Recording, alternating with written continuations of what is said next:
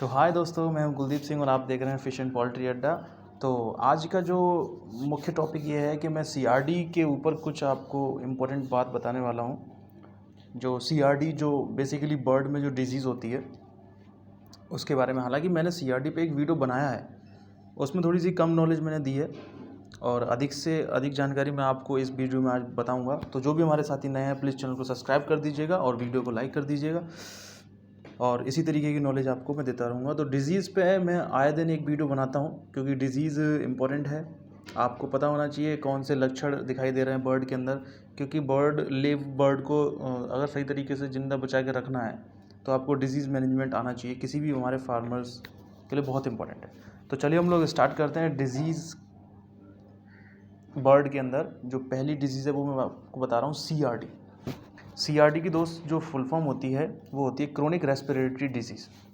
Respiratory यानी कि सांस की बीमारी। पहली बात तो आप ये समझिए, आपके बर्ड में सांस की बीमारी होना ही सीआरडी आता है। ठीक है, सीआरडी हमेशा तीसरे हफ्ते में आता है, ये भी आप विशेष ध्यान रखिएगा। ठीक है, और सिंपल सा ये जो बीमारी होती है ये सिर्फ उनके सांस लेने की बीमारी होती है। ऊपर मुंह कर करके बर्ड सांस लेता है। ये एक बैक्टीरिया होता है, माइकोप्लाज्मा सेलिसेप्टिकम, ये एक बैक्टीरिया होता है ये वाला। ठीक है, इसी बैक्टीरिया की वजह से सीआरडी आता है। अगर सीआरडी के सही तरीके से देख रेख नहीं की गई तो आपके बर्ड आने वाले समय में उसकी मॉर्टेलिटी हो सकती है। माइकोप्लाज्मा गैलीसेप्टिकम बोलते हैं उसको।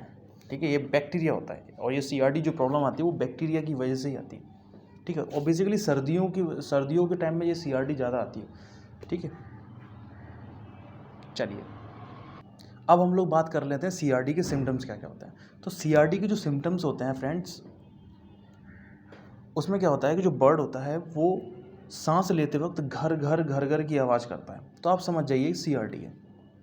ठीक है, आप अपने फार्म में रात के टाइम में जाइएगा, जब इन्वायरमेंट बाहरी वातावरण में जो आवाज़ होती है वो कम होती है, तो उस टाइम पे आप देखिएगा कि बर्ड किस तरीके से सांस ले रहा है। सांस लेते वक्त घर घर की आवाज़ लेगा, तो आप समझ जाइएगा कि आपके फार्म में सीआरडी है। और फ्रेंड, अगर मुर्गियों के यानी कि बर्ड के आँख और नाक से पानी आ रहा है, आँख और नाक से पानी आ रहा है तो भी सीआरडी के लक्षण हैं। मुंह से झाग आ रहा है तो भी सीआरडी के लक्षण हैं। ये आपको ध्यान रखना है, लक्षणों पे विशेष ध्यान रखना है, क्योंकि लक्षण से ही तो आप पहचानेंगे कि आपके बर्ड में क्या प्रॉब्लम है। ठीक है ना।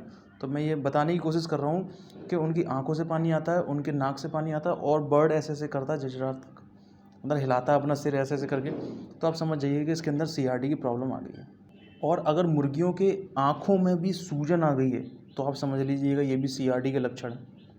ये मैं या तो आप कॉपी पेन लेके बैठिएगा, लक्षण नोट करते जाइएगा, और जो भी आप मेडिसिन चलाएं उनसे अगर वो प्रॉब्लम सही हो जाती है तो उस मेडिसिन को जरूर लिख लीजिएगा, वो आपके फार्म में ज़रूरी होती है। अगर फार्म के अंदर आपका बर्ड बहुत सुस्त है, बहुत सुस्त, मतलब उसको हाथ से उठाना पड़ रहा है, हाथ से हिलाना पड़ रहा है और बार बार बैठ जाता है कोने में, हिल ही नहीं रहा, तो वही सीआरडी के लक्षण होते हैं फ्रेंड। ठीक है, ये भी आप ध्यान रखिएगा। बहुत ही सुस्त, कब मैंने देखा है फार्म के अंदर, अभी तो लॉकडाउन है इसकी वजह से मैं विज़िट नहीं कर पा रहा फार्म पे। ये लॉकडाउन की थोड़ी दिक्कत ख़त्म हो जाएगी तो मैं फार्म पे विज़िट करके आपको दिखाऊंगा कौन कौन सी बीमारी फार्म के अंदर आती हैं। तो सीआरडी इसमें से बहुत कॉमन बीमारी है, बहुत आती है। छिक की बीमारी भी बहुत कॉमन है, वो भी बहुत आती है। तो छिक की बीमारी के लिए एक इंजेक्शन लगा दीजिएगा, जेंटामाइसिन, वो लगा दीजिएगा, वो ठीक हो जाएगी छिक की बीमारी। मुर्गी आपको सुस्त और डिप्रेस नजर आएगी, ये भी सीआरडी का लक्षण है। बर्ड क्या है आपका बहुत ज़ोर से फड़फड़ाएगा सांस लेने में भी, तो भी सीआरडी के लक्षण है। और रात को लाइट बंद कर दीजिएगा, और अगर बर्ड सांस लेने में घर की आवाज़ कर रहा है, ठीक है, तो 100% आपके फार्म में सीआरडी। ये आप बात को नोट करके अपने रख लीजिएगा, बहुत इंपॉर्टेंट मैंने आपको बात बताई है। हालांकि सभी को पता होगा, जितने भी हमारे फार्मर्स भाई पोल्ट्री फार्मिंग कर रहे हैं, जो नए फार्मर्स हैं मैं उनके लिए बता रहा हूँ क्योंकि उनको तो पता ही होगा। खैर ठीक है फ्रेंड, तो और एक बात और, पोस्टमार्टम करते समय, पोस्टमार्टम जब आप करेंगे बर्ड का, मान लो कोई बर्ड मर जाता है सीआरडी की वजह से, तो उसका जो रेस्पिरेटरी ट्रैक होता है, रेस्पिरेटरी ट्रैक के अंदर एक क्लाउडी कलर का उसके अंदर वो जमा रहता है, उसका कफ होता है ना, कफ, वो आपको ट्रैक में कफ जमा उसमें दिखेगा, कफ। तो ये मैंने कुछ आपको लक्षण बताए, जो CRD के लक्षण हैं, तो आप इनकी ट्रीटमेंट, मैं इनकी ट्रीटमेंट बताऊंगा आपको, ठीक है। इनकी मेडिसिन बताऊंगा, बढ़िया मेडिसिन जिससे CRD की प्रॉब्लम बिल्कुल ख़त्म हो जाएगी। इंजेक्शन या वैक्सीन बताऊंगा मैं आपको, और मेडिसिन भी बताऊंगा, ठीक है। तो आज मैंने आपको इस वीडियो में सिर्फ और सिर्फ लक्षण के बारे में बताया कि CRD के अंदर कौन कौन से लक्षण होते हैं। ये आपको फार्म के अंदर देखना है,